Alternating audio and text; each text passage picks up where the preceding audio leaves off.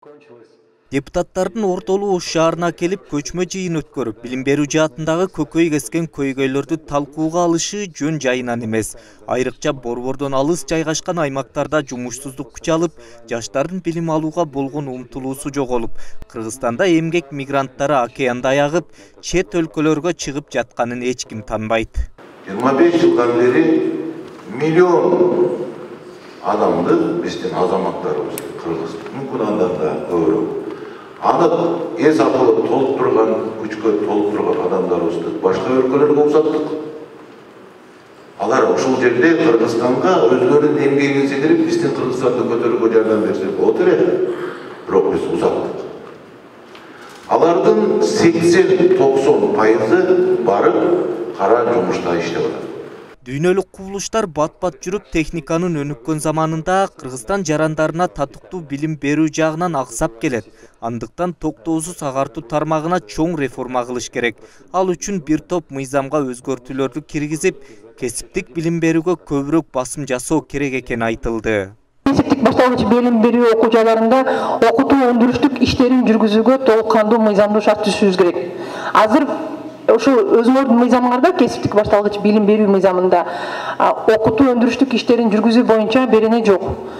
Билим берүү боюнча жалпы мыйзамыбызда билим берүү мекемелери өндүрүштүк иштерин алып барууга укуктуу деп бир сап менен кеткен дагы, бирок андан кийин кандай тартипте, кандай жоопкерчилик менен, кандай максаттар менен жүргүзүш керек деген так беренелер жазылбай калган дагы ошон үчүн түшүнбөстүктөр жаралат. Жана текшерүүлөр болгондо силерде биздин пикир боюнча ар кандай тоскоолдуктар пайда болуп атат. Кыргызстанда болжол менен жыл сайын 5000ге чукул студенттер жождорду аяктаса, алардын 90% жумушсуз калат. Мындан сырткары Кыргызстандагы жогорку окуу жайлар берген диплом башка өлкөлөрдө эмгектенүүгө жараксыз болууда. Андыктан кесиптик техникалык билим берүүнү күчөтүү менен дүйнө талабына жараша курстук окутууларды жандандыруу керек дейт эл өкүлү Каныбек Иманалиев. 21-кылымда 4 кесипте гана ачылыш болушу мүмкүн. Биринчи бул нанотехнология, экинчи бул биотехнология, үчүнчү ген инженерия, төртүнчүсү IT технология. Башкача айтканда, жакынкы 100 жылдагы 4 кесип болсо, 4 компьютер менен байланышкан. Мен биздин кызыбыздын айтканына ишенем. Биздин азыр бюджетибиз 2 миллиард доллар. Бирок биз 50 миң айтишникти даярдасак, аларды 2 миллиард доллар берет экен. Завод салбайлы, фабрика салбайлы, жер айдатпайлы, имарат курбайлы. 50 миң адис даярдай алсак, Кыргызстандын бюджети 2 есе өсөт экен. Демек, мындан артыкчылыктуу кандай тармак бар? Кыргызстанда түрдүү кесиптеги адистер даярдалат, бирок алардын басымдуу бөлүгү өз адистиги менен иштей алышпайт. Андыктан атамекенчи депутаттар билим берүүгө реформа кылуу үчүн эң оболу заман талап кылган адистерди даярдоо керек дешет.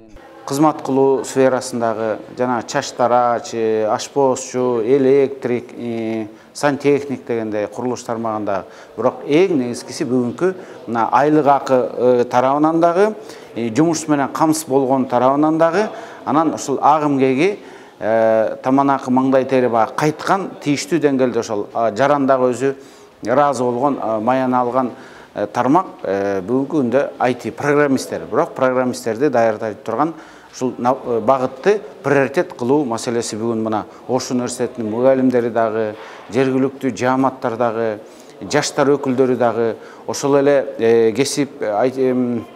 кесиптик техникалык окуу жайдын жетекчилери дагы ушул маселени мындай туура көрүп, бул проблема бүгүнкү күндө бар экендигин жана буну чечүү талабы бүгүнкү күндүн приоритети экени баары моюнга алып атат. Көчмө жыйынга чогулгандар айрыкча билим берүү программасында керексиз предметтер окутулгандыктан сапатсыз адистердин армиясы түзүлгөнүн айтышты. Мындан улам атамекен фракциясынын депутаттары билим берүүнүн сапатын жакшыртууга багытталган жаңы мыйзам долбоорун иштеп чыгууну убада кылышты.